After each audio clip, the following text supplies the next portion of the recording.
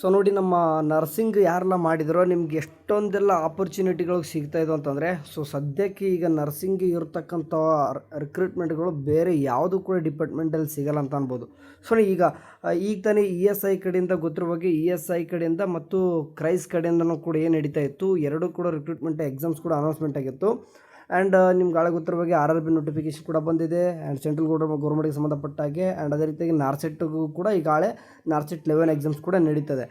ನಮ್ಮ state wise ಕೂಡ ನೋಡ್ತಾ ಹೋಗ್ತಾ ಇರುವಾಗೆ ಈಗಾಗಲೇ ESI ಒಳಗಡೆ ಮತ್ತು ಕ್ರೈಸ್ ಒಳಗೂ ಕೂಡ ಈಗಾಗಲೇ ಎಕ್ಸಾಮ್ದು ಎಲ್ಲನೂ ಕೂಡ ಅಪ್ಲಿಕೇಶನ್ ಆಗ್ತಾಯಿದ್ದಾರೆ. ಅದರ ಬೆನ್ನಲ್ಲೇ ನೋಡಿ ಈಗ ಬೇರೆಯೂ ಕೂಡ ಓಕೆ. ಸೊ ಏನೆಲ್ಲ ನೋಟಿಫಿಕೇಷನ್ ಈ ಒಂದು ಕರ್ನಾಟಕ ರಾಜ್ಯ ಪತ್ರದಲ್ಲಿ ಏನಿದೆ ಅಂತಂದರೆ, ಟೋಟಲ್ ಎಷ್ಟು ನೋಟಿಫಿಕೇಷನ್ ಇದ್ದಾವೆ ಹೊಸದಾಗಿ ಬಂದಿರೋದು ತಿಳ್ಕೊಳ್ಳೋಣಂತೆ. ಇದು ಕಂಪ್ಲೀಟಾಗಿ ಬಂದುಬಿಟ್ಟು ಇದು ಕೂಡ ಎಕ್ಸಾಮ್ ಇರ್ತದೆ. ಥ್ರೋ KEನೇ ನಡೀತದೆ. ಓಕೆ, ಥ್ರೋ KE ನಡೀತದೆ ಅಂತಂದರೆ ಚಿರಪರಿಚಿತ ಆಗಿಬಿಡುತ್ತೆ KE ಯಾವ ರೀತಿ ನಡೀತದೆ ಎಕ್ಸಾಮ್ಸ್ ಅಂತಲೂ ಕೂಡ ಗೊತ್ತಾಗಿದೆ. ಸೊ ನೋಡೋಣ, health and family welfare service department ಕಡೆಯಿಂದ ಸೊ ನೋಡೋಣ ಅಂತ ಏನೇನೆಲ್ಲ ಕೊಟ್ಟಿದ್ದಾರೆ. ಓಕೆ, ಏನೇನಿದೆ ಒಂದೊಂದಾಗಿ ನಿಮ್ಗೆ ಇದರಲ್ಲಿ ಇಂಪಾರ್ಟೆಂಟ್ ಥಿಂಗ್ಸ್ಗಳನ್ನು ಮಾತ್ರ ಹೇಳ್ತೇನೆ ನಿಮಗೆ. ಓಕೆ, ಎಲ್ಲನೂ ಕೂಡ ಹೇಳೋದು ಬೇಡ. ಈಗ ರಿಕ್ರೂಟ್ಮೆಂಟ್ ಎಲ್ಲೆಲ್ಲಿ ಆಗ್ತಿದೆ ನೋಡಿ. ಮೊದಲು recruitment of primary health care of officer. Okay, ಅಂದರೆ PHCO ಒಳಗಡೆ. ಓಕೆ, PHCO ಒಳಗಡೆ ಮತ್ತು ಹೆಲ್ತ್ ಇನ್ಸ್ಪೆಕ್ಟರ್ ಆಫೀಸರ್ ಅಂದರೆ HIO ಒಳಗಡೆ. ಎರಡು ಕಡೆ ಏನು ನಡೀತದೆ ಅಂತಂದರೆ ಈ ಸದ್ಯಕ್ಕೀಗ ರಿಕ್ರೂಟ್ಮೆಂಟ್ ಆಗ್ತಾ ಇರೋದು. ಸೊ ನೋಡೋಣಂತೆ ಮೇನ್ ಥಿಂಗ್ಸ್ ಏನೇನು ಆಗ್ತದೆ ಕೆಳಗಡೆ ಹೋಗಿ ನಾನು ತೋರಿಸ್ತೀನಿ ನಿಮಗೆ. ಮೊದಲು ಅಪ್ಲಿಕೇಶನ್ ಆಫ್ ರಿಕ್ರೂಟ್ಮೆಂಟ್ ಬಂದರೆ the selection committee shall publish the categories of post and number of vacancy specified in the schedule. So ಅಂದರೆ ಯಾವ್ಯಾವ ಕ್ಯಾಟಗರಿಗಡೆ ಎಷ್ಟೆಷ್ಟು ಪೋಸ್ಟ್ ಇದಾವೆ ಅಂತಂದು ಏನಂತಂದರೆ ಅದನ್ನ ಮುಂದಿನ ದಿನಗಳಲ್ಲಿ ಹೇಳ್ತಾರೆ. ಸದ್ಯಕ್ಕೆ ಇವಾಗ ಏನಿಲ್ಲ ಆಯಿತಾ. ಆ್ಯಂಡ್ ಏಜ್ ಕ್ವಾಲಿಫಿಕೇಷನ್ ಅಂತಂದರೆ ಈಗಾಗಲೇ ಗೊತ್ತಿರೋ ಬಗ್ಗೆ ನಮ್ಮ KEದೊಳಗಡೆ ನಡೆಸೋದು ಅಂದ್ರೆ ಏಜ್ ರಿಲ್ಯಾಕ್ಸೇಷನ್ ಕೊಡ್ತಾರೆ. KEದವ್ರು ಜಾಸ್ತಿ ಕೊಡ್ತಾರೆ. ಗೊತ್ತಿರೋ ಬಗ್ಗೆ 40 ಕೂಡ GMದವ್ರಿಗೆ ಕೊಡ್ತಾರೆ. And 2A 2B 3A 3B ಅಂತಂದರೆ 43 ಕೂಡ ಕೊಡ್ತಾರೆ.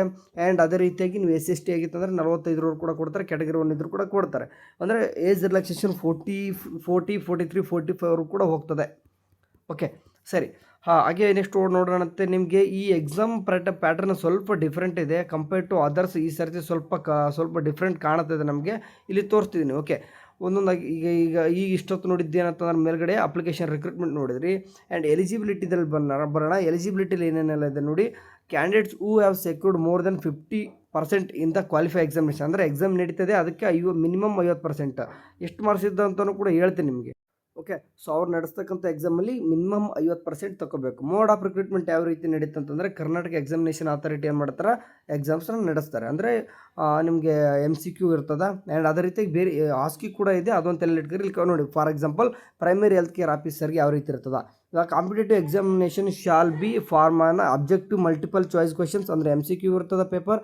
And two written papers, each paper carrying 80 marks. Okay, ಅಂದರೆ 2 ಪೇಪರ್ಗಳು ಇರ್ತವೆ. Okay, 1 paper and 2 paper. Okay, ಇನ್ನೊಂದು ಪೇಪರ್ ಆಯಿತಾ. ಆ್ಯಂಡ್ ಈ ಒಂದು ಪೇಪರು 80 ಮಾರ್ಕ್ಸು, ಈ ಒಂದು ಪೇಪರು 80 ಮಾರ್ಕ್ಸು. ಅಂದರೆ ಇನ್ನೂ ರಿಮೈನಿಂಗ್ 40 ಮಾರ್ಕ್ಸ್ ಬರ್ತಾರೆ. ಅಂದರೆ ಟೋಟಲ್ 160 ಆಯಿತು. 160 ಮಾರ್ಕ್ಸ್ ಏನಾಗ್ತದೆ, ಪೇಪರ್ಗಳಾಯಿತು. ಓಕೆ, ಅಂದರೆ ಪೇಪರ್ 1 ಅಂತ ನಿಮ್ಗೆ GK ಇಡ್ತಾರೆ. ಓಕೆ, ಆ್ಯಂಡ್ GK ಮೀನ್ಸ್ ಅಂತಂದರೆ ಇದರಲ್ಲಿ ನಿಮಗೆ ಸಾಮಾನ್ಯ ಜ್ಞಾನದ ಬಗ್ಗೆ ಬರ್ತದೆ, ಹಿಸ್ಟ್ರಿ ಬರ್ತದೆ, ಪೊಲಿಟಿಷಿಯನ್ ಬರ್ತದೆ, ಕಾನ್ಸ್ಟಿಟ್ಯೂಷನ್ ಬಗ್ಗೆ ಕಲ್ತಿರ, ಭೂಗೋಳ, ಆರ್ಥಿಕ ಎಲ್ಲನೂ ಕೂಡ ಏನೇನು ಕಲ್ತಿದ್ರು ಇದುವರೆಗೂ ಕೂಡ ಇವೆಲ್ಲನೂ ಕೂಡ ಒಂದು ಪೇಪರ್ ಇರ್ತದೆ. ಇನ್ನೊಂದು 80 ನರ್ಸಿಂಗ್ ರಿಲೇಟೆಡ್ ಇರ್ತದೆ. ಓಕೆ, ನೆಕ್ಸ್ಟ್ ಬರೋಣ. ಆ್ಯಂಡ್ ಇನ್ನು ಫರ್ದರ್ 40 ಮಾರ್ಕ್ಸ್ ಬಂದುಬಿಟ್ಟು ನಿಮಗೆ ಆಸ್ಕಿ ಇರ್ತದೆ. ಓಕೆ, ಆಸ್ಕಿ ಪ್ರಾಕ್ಟಿಕಲ್ ಮಾಡ್ತಾರೆ. ನೋ ಇಂಟರ್ವ್ಯೂ ಏನು ಇರೋದಿಲ್ಲ. ಓಕೆ, ನೋಡಿ, ಫಾರ್ ಎಕ್ಸಾಂಪಲ್ ಪೇಪರ್ 1 ರಿಲೇಟೆಡ್ ನೋಡೋದಂತಂದರೆ ಪೇಪರ್ 1ನಲ್ಲಿ ಏನು 80 ಮಾರ್ಕ್ಸ್ ಇರ್ತದೆ ಅಂತಂದರೆ ನೋಡಿ, ಮ್ಯಾಟರ್ನಲ್ ಆ್ಯಂಡ್ ಚೈಲ್ಡ್ ಹೆಲ್ತ್ ಅಂದರೆ MCHಗೆ ಸಂಬಂಧಪಟ್ಟ ಹಾಗೆ ನ್ಯಾಷನಲ್ ಸ್ಟೇಟ್ ಹೆಲ್ತ್ ಪ್ರೋಗ್ರಾಮ್ಸ್ ಬಗ್ಗೆ, ಆ್ಯಂಡ್ ಜನರಲ್ ನಾಲೆಜ್ ಬಗ್ಗೆ, ಆ್ಯಂಡ್ ಜನರಲ್ ಇಂಗ್ಲೀಷ್ ಬಗ್ಗೆ, and basic health knowledge nursing concept ಬಗ್ಗೆ ಸೇರಿ ಟೋಟಲ್ ಎಷ್ಟು ಮಾರ್ಕ್ಸ್ ಆಗ್ತದೆ, ಇದು 80 ಮಾರ್ಕ್ಸ್ದು ಒಂದು ಪೇಪರ್. ಇನ್ನೊಂದು ಪೇಪರು ಕೂಡ ಇಲ್ಲಿ ಕಾಣಿಸ್ತಿದೆ. ಇನ್ನೊಂದು ಪೇಪರ್ ಯಾವ ರೀತಿ ಇರ್ತದೆ. ಓಕೆ, ಇನ್ನೊಂದು ಇದರಲ್ಲಿ community health nursing and health promotion ಬಗ್ಗೆ ಒಂದು, and primary health care nursing ಒಂದು, and psychology, nutrition and biochemistry, anatomy physiology, health centre management ಇದಿಷ್ಟು ಸೇರಿಬಿಟ್ಟು ಇನ್ನೊಂದು ಪೇಪರ್ ಆಗ್ತದೆ. ಅಂದರೆ ಎರಡು ಕೂಡ ಪೇಪರ್ ಬೇರೆ ಬೇರೆ ಆಗ್ತದೆ. ಆ್ಯಂಡ್ ಅಂದರೆ ಈ ರಿಮೈನಿಂಗ್ 40 ಮಾರ್ಕ್ಸ್ ಬಂದುಬಿಟ್ಟು ನಿಮಗೆ ಆಸ್ಕಿ ಇರ್ತದೆ. ಓಕೆ, ಇನ್ನೊಂದು 40 ಮಾರ್ಕ್ಸು ಆಸ್ಕಿ ಇರ್ತದೆ. ಓಕೆ, ನೆಕ್ಸ್ಟು ಹೆಲ್ತ್ ಇನ್ಸ್ಪೆಕ್ಟರ್ ಕೂಡ ಕಾಣಿಸ್ತದೆ. Same as usual competitive examination shall be in the form of objective multiple choice question paper, 2 written paper. Same as usual 80 160 ಆಗ್ತದೆ. ರಿಮೈನಿಂಗ್ 40 ಬಂದುಬಿಟ್ಟು ನಿಮಗೂ ಕೂಡ ಶಾಲ್ ಇನ್ಕ್ಲೂಡೆಡ್ ಪ್ರಾಕ್ಟಿಕಲ್ ಎಕ್ಸಾಮ್. ಅಂದರೆ practical or ಆಸ್ಕಿ ಎರಡು ಒಂದೇ. ಸರಿ, ಇದರಲ್ಲೂ ಕೂಡ ಸೇಮ್ ಏನೇನೆಲ್ಲ ಸಬ್ಜೆಕ್ಟ್ ಇರುತ್ತೆ ಅಂತ ಕೊಟ್ಟವ್ರೆ, ಒನ್ ಟೈಮ್ ನೋಡ್ಕೊಂಬಿಡಿ. ಏನೇನೆಲ್ಲ ಪೇಪರ್ 1 ಒಳಗಡೆ ಯಾವ ರೀತಿ ಇರ್ತದೆ, ಪೇಪರ್ 2 ಒಳಗಡೆ ಯಾವ ರೀತಿ ಇರ್ತದೆ. ಓಕೆ, ಪ್ರಾಕ್ಟಿಕಲ್ ಎಕ್ಸಾಮ್ ಬಗ್ಗೆ ನೀಟಾಗಿ ನೋಡೋದಂತಂದರೆ, the candidate shall be eligible to appear before the directorate of the health and family welfare services department for the practical examination in the ratio. ಅಂದರೆ ಈಗ ಒಂದು ವೇಕೆನ್ಸಿ ಐತೆ ಅಂತ ಅಂದ್ಕೊಳ್ಳಿ. ಓಕೆ, ಒಂದು ವೇಕೆನ್ಸಿ ಐತಂದರೆ ಅದಕ್ಕೆ 3 ಅಂದರೆ ಈ ಒಂದು ವೇಕೆನ್ಸಿಗೆ 3 ಜನ ಹಂಗೆ. ಅಂದರೆ ಈಗ ವೇಕೆನ್ಸಿ 100 ಸೀಟ್ ಇದಾವೆ ಅಂತಂದರೆ ಅದಕ್ಕೆ 300 ಜನ ಸೆಲೆಕ್ಟ್ ಮಾಡ್ಕೊಂಡಿರ್ತಾರೆ ಮೊದಲು. ಅದನ್ನ ಅವರು ಅದರಲ್ಲಿ ಆಸ್ಕಿ ಮಾಡ್ತಾರೆ. ಆಸ್ಕಿಲಿ ಯಾರು ಚೆನ್ನಾಗಿ ಮಾಡಿರ್ತಾರೋ ಅದರಲ್ಲಿ 100 ಜನ ತೊಗೊತಾರೆ 300ರಲ್ಲಿ. ಆ ರೀತಿ ಅಂದರೆ 1:3 ರೇಷೋದಲ್ಲಿ ತೊಗೊತಾರೆ. ಕೊಟ್ಟಿದ್ದಾರೆ ನೋಡಿ, ಇಲ್ಲಿ ಕೊಟ್ಟಿದ್ದಾರೆ ಬೇಕಾದ್ರೆ ಅಬ್ಜೆಕ್ಟಿವ್ ಸ್ಟ್ರಕ್ಚರ್ಡ್ ಕ್ಲಿನಿಕಲ್ ಎಕ್ಸಾಮಿನೇಷನ್ ಅಂತ ಕೊಟ್ಟಿದ್ದಾರೆ. ಓಕೆ, ನೆಕ್ಸ್ಟ್ ಆಗಿ ನೋಡೋಣ ಮತ್ತೇನೇನಿದೆ ಇದರಲ್ಲಿ ಇಂಪಾರ್ಟೆಂಟ್ ಥಿಂಗ್ಸ್ ಅಂದರೆ ಲಿಸ್ಟ್ ಆಫ್ ಸೆಲೆಕ್ಟೆಡ್ ಕ್ಯಾಂಡಿಡೇಟ್ಸ್ ಅಂತಂದು ಅದನ್ನ ಆಮೇಲೆ ಎಲ್ಲನೂ ಕೂಡ ಎಕ್ಸಾಮ್ಸ್ ಕಂಡಕ್ಟ್ ಮುಗಿದ ತಕ್ಷಣ ಲಿಸ್ಟ್ನ ಬಿಡ್ತಾರೆ.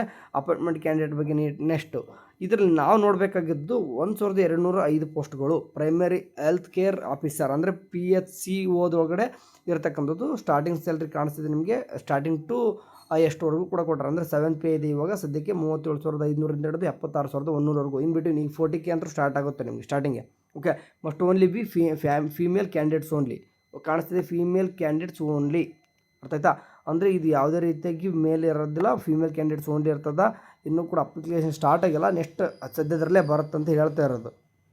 ಓಕೆ, ಆ್ಯಂಡ್ ಅವ್ರನ್ನ ಬಿಟ್ಟು ಕೂಡ ಬೇರೆ ಕೂಡ ಕೊಟ್ಟವ್ರೆ. ಎಲಿಜಿಬಿಲಿಟಿ ಬಂತಂದರೆ ಇಲ್ಲಿ ನೀವು ANM ಆದರೂ ಮಾಡಿರಿ ಆ್ಯಂಡ್ BSc ಆದರೂ ಮಾಡಿರಿ ಆ್ಯಂಡ್ GNM ಆದರೂ ಮಾಡಿರಿ, ಎಲ್ಲರೂ ಕೂಡ ನೀವು ಅಪ್ಲಿಕೇಶನ್ ಹಾಕ್ಬೋದು ಅಂತ ಕೊಟ್ಬಿಟ್ಟವ್ರೆ. ಅಪ್ಲಿಕೇಶನ್ ಹಾಕ್ಬೋದು. ಸರಿ, ನೆಕ್ಸ್ಟು ಹೆಲ್ತ್ ಇನ್ಸ್ಪೆಕ್ಟರ್ ಆಫೀಸರ್ ಒಳಗಡೆ ಬಂತಂದರೆ ಅವ್ರಿಗೂ ಕೂಡ ಸೇಮ್ ಸ್ಯಾಲ್ರಿ ಕಾಣಿಸ್ತದೆ. ಆ್ಯಂಡ್ ಅವ್ರಿಗೆ 300 ವೇಕೆನ್ಸಿ ಕಾಣಿಸ್ತಿದ್ದಾವೆ. ಓಕೆ, ನಿಮಗೆ ಎಲಿಜಿಬಿಲಿಟಿ ಬಂದುಬಿಟ್ಟು ಇಲ್ಲಿ ಕಾಣಿಸ್ತಿರ್ಬೋದು. ನೀವು ಫಾರ್ ಎಕ್ಸಾಂಪಲ್ ಇಲ್ಲಿ ಕಾಣಿಸ್ತಿರ್ಬೋದು ಪ್ಯಾರಾಮೆಡಿಕಲ್ ಸೈನ್ಸ್ ಎಜುಕೇಷನ್ಸ್ ಬಗ್ಗೆ ಅಂತ ಕೊಟ್ಟವ್ರೆ ನೋಡಿ. ನೀವೇನಾದರೂ ಎಲಿಜಿಬಲ್ ಇತ್ತಂದರೆ ನೀವು ಕೊಡಬಹುದು. ಮೇನ್ ಥಿಂಗ್ಸ್ ನಮ್ಮ ನರ್ಸಿಂಗ್ ನಮ್ಗೆ ಬೇಕಾಗಿರೋದು ಇವು ಸದ್ಯಕ್ಕೆ ಇದು 1205. ಓಕೆ, ಸೊ ಫೀಮೇಲ್ ಕ್ಯಾಂಡಿಡೇಟ್ ಇದೆ. ಸೊ ಜಾಸ್ತಿ ಅಮೌಂಟ್ ಅನ್ನೋ ಬದಲು ನಂಬರ್ ಒಳಗಡೆ ವೇಕೆನ್ಸಿ ಕರಿತಾ ಇದ್ದಾರೆ. ಇದನ್ನು ಮಾತ್ರ ಮಿಸ್ ಮಾಡ್ಕೊಳ್ಳೋಂಗಿಲ್ಲ. ಎಸ್ಪೆಷಲಿ ನಮ್ಮ BSc ನರ್ಸಿಂಗ್ ಆ್ಯಂಡ್ GNMದವ್ರು ಅಂತೂ ಮಿಸ್ ಮಾಡ್ಕೊಳ್ಳೋಂಗಿಲ್ಲ. ಅಪ್ಲಿಕೇಶನ್ನು ನಾನು ನಿಮ್ಗೆ ಇದನ್ನು ಬಿಟ್ಟಾಗ ತಿಳಿಸ್ತಾ ಇರ್ತೀನಿ. ಸೊ ಹಂಗಾಗಿ ಕಮೆಂಟ್ ಒಳಗಡೆ ಒಂದು ವಾಟ್ಸಪ್ ಚಾನಲ್ ಲಿಂಕ್ ನಾನು ಕೊಟ್ಟಿರ್ತೀನಿ, ಅದಕ್ಕೆ ಹೋಗ್ಬಿಟ್ಟು ಜಾಯ್ನ್ ಆಗಿ ಇಂಪಾರ್ಟೆಂಟ್ ಥಿಂಗ್ಸ್ಗಳನ್ನ ಏನಾದರೂ ನೋಟಿಫಿಕೇಷನ್ ಬಂದಾಗ ಆ್ಯಂಡ್ ಈ ನರ್ಸಿಂಗ್ ಇನ್ ಕನ್ನಡ ಯೂಟ್ಯೂಬ್ ಚಾನಲ್ಗೆ ಸಬ್ಸ್ಕ್ರೈಬ್ ಆಗಿರಿ. ಇದೇ ಥರನಾಗಿ ನೋಟಿಫಿಕೇಷನ್ ಬಂದು ತಿಳಿಸ್ತಿರ್ತೀನಿ. ಆ್ಯಂಡ್ ಇದ್ರ ಬಗ್ಗೆ ಮೋರ್ ಅಪ್ಡೇಟ್ಸ್ಗಳು ಒಳಗಡೆ ಬಿಡ್ತಾರೆ. ಅಪ್ಲಿಕೇಶನ್ ಹಾಕತಕ್ಕಂಥ ಲೈವ್ ಡೆಮೋಸ್ಗಳನ್ನ ಏನೇನೆಲ್ಲ ನಿಮಗೆ ಡಾಕ್ಯುಮೆಂಟ್ಸ್ಗಳು ರೆಡಿ ಇಟ್ಕೋಬೇಕು ಅದನ್ನೆಲ್ಲ ಕೂಡ ನೆಕ್ಸ್ಟ್ ಹೇಳ್ತೀನಿ.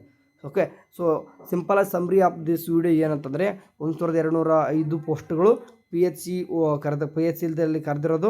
ನೀವು ಓನ್ಲಿ ಫಾರ್ ಅದು ಫೀಮೇಲ್ ಕ್ಯಾಂಡಿಡೇಟ್ಸ್ಗೆ 2 ಎಕ್ಸಾಮು ಯಾವ ರೀತಿ ಇರ್ತದೆ, ಪೇಪರ್ 1 ಪೇಪರ್ 2 ಇರ್ತದೆ. ಪೇಪರ್ 1ಗೆ ಸಬ್ಜೆಕ್ಟ್ಗಳು ಯಾವುವು, ಪೇಪರ್ 2 ಸಬ್ಜೆಕ್ಟ್ಗಳು ಯಾವ ಅಂತಂದು ಈ ಫಿಡಿಎಫಲ್ಲಿ ನಿಮಗೆ ಮೇಲ್ಗಡೆ ತೋರಿಸ್ತೀನಿ. ಇನ್ನೊಂದು ಬೇಕಾದ್ರೆ ಫಿಡಿಎಫ್ನ ಕಳಿಸಿರ್ತೇನೆ ಗ್ರೂಪಿಗೆ ನೋಡ್ಕೋರಂತೆ. ಆ್ಯಂಡ್ ಒಂದು ಥಿಂಗ್ಸ್ ಪೇಪರ್ 1ಗೆ 80 ಮಾರ್ಕ್ಸ್, ಇನ್ನೊಂದು ಪೇಪರ್ಗೆ 80 marks. So and remaining 40 marks ಬಂದುಬಿಟ್ಟು ನಿಮಗೆ ಪ್ರಾಕ್ಟಿಕಲ್ ಎಕ್ಸಾಮು.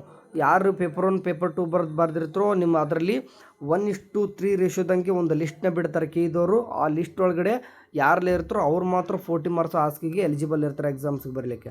ಅದರಲ್ಲಿ ಯಾರೆಲ್ಲ 1:3ದಲ್ಲಿ ಯಾರೆಲ್ಲ ಸೆಲೆಕ್ಟ್ ಆಗ್ತಾರೋ ಅವ್ರಿಗೆ ನಿಮಗೆ ಅಪಾಯಿಂಟ್ಮೆಂಟ್ ಕೊಡ್ತಾರೆ ನೆಕ್ಸ್ಟು. ಓಕೆ, ಈ ರೀತಿ ಪ್ರೊಸೆಸ್ಸು. ಆ್ಯಂಡ್ ಅಂದ್ಕೊಂಡಂಗೆ ಹೇಳ್ಬಿಟ್ಟೆ ಸಿಂಪಲಾಗಿ ಆನ್ಲೈನಲ್ಲಿ, ಬಟ್ ಇದು ಲಾಂಗ್ ಪ್ರೊಸೆಸ್ ಇರ್ತದೆ. ಓಕೆ, ಇದು ಲಾಂಗ್ ಪ್ರೊಸೆಸ್ ಇರ್ತದೆ, ಅಡ್ಡದಿಡ್ಡಿ ಎಲ್ಲನೂ ಕೂಡ ಇರ್ತದೆ. ಲಾಸ್ಟ್ಗೆ ನಿಮ್ಗೆ ಗೋಲ್ ರೀಚ್ ಆಗೋದು. ಅಲ್ಲಿವರೆಗೂ ಇವಾಗ ಇಲ್ಲಿದ್ದೀರಾ, ಇನ್ನೂ ಆ್ಯಕ್ಚುಲಿ ಇಲ್ಲಿದ್ದೀರಾ, ನೋಟಿಫಿಕೇಷನ್ ಬರಲಿ ಅಂದರೆ ನೋಟಿಫಿಕೇಷನ್ ಅಷ್ಟೇ ಬಂದಿದೆ, ಅಪ್ಲಿಕೇಶನ್ ಸ್ಟಾರ್ಟ್ ಆಗಲಿ, ನೆಕ್ಸ್ಟ್ ಎಲ್ಲನೂ ಕೂಡ ಮಾಹಿತಿ ತಿಳಿಸ್ತೀನಿ. Thank you.